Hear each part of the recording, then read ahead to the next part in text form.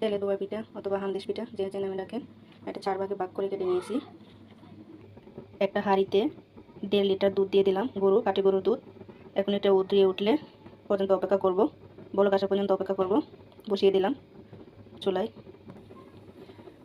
দুধ বলক এসে গেছে, আমি চুলাটা কমিয়ে দিলাম। দেখেন বলক এসে গেছে। আমি এবার এটাতে চিনি দিয়ে দেব। দেখেন আমি এখানে 1.5 কেজি দুধের মাঝে হাফ কাপ চিনি দেব। আপনারা চাইলে বাড়িয়ে দিতে পারেন, কারণ আমি মিষ্টিটা কম খাই, এই জন্য কম দিয়েছি। আবার কনডেন্স মিল্ক দেবো, এই জন্য আরও কম দিয়েছি। এখন আমি 10-15 মিনিটের মতো জাল করে নেব, কারণ ফুটিয়ে নেব, দুধটা আরও একটু ঘন করে নেব। 10 মিনিট পর দেখেন দুধ অনেক কমে গেছে। 10 মিনিট ফুটিয়ে নিলাম। এখন আমি দিয়ে দেবো কনডেন্স মিল্ক।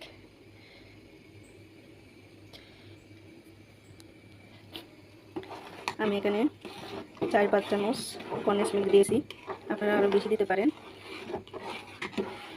আমি দুধটা এমনি ঘন করে নিয়েছি, এই জন্য কনডেন্স মিল্কটা কমিয়ে দিয়েছি। এখন আমি এখানে দিয়ে দেবো নারকেল। আমি এখানে 1 কাপ নারকেল কুড়া দিয়ে দিয়েছি। নারকেল কুড়া একটু বেশি হলে ভালো হয়। 1 কাপ নারকেল কুড়া দিয়েছি। এখন জাল করে নেব আরও 2-1 মিনিট। 2 মিনিট পর আসলাম।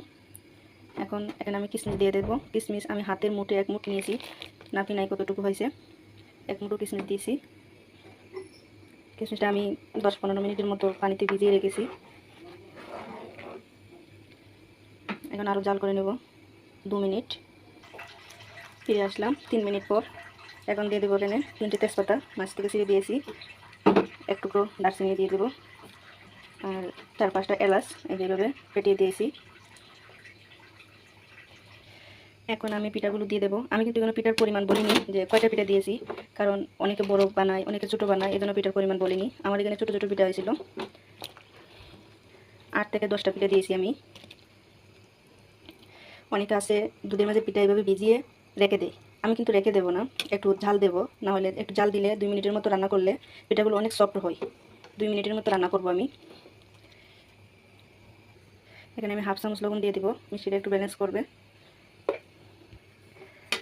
লবণটা আমি আগে দিইনি, লবণটা পরে দিয়েছি, আর লবণটা আগে দিলে দুধ ঘেটে যেত, এই জন্য লবণ পরে দিয়েছি। ফিরে আসলাম 2 মিনিট পর, হয়ে গেছে। এখন আমি ঢাকনা দিয়ে ডেকে চুলা অফ করে রেখে দেবো।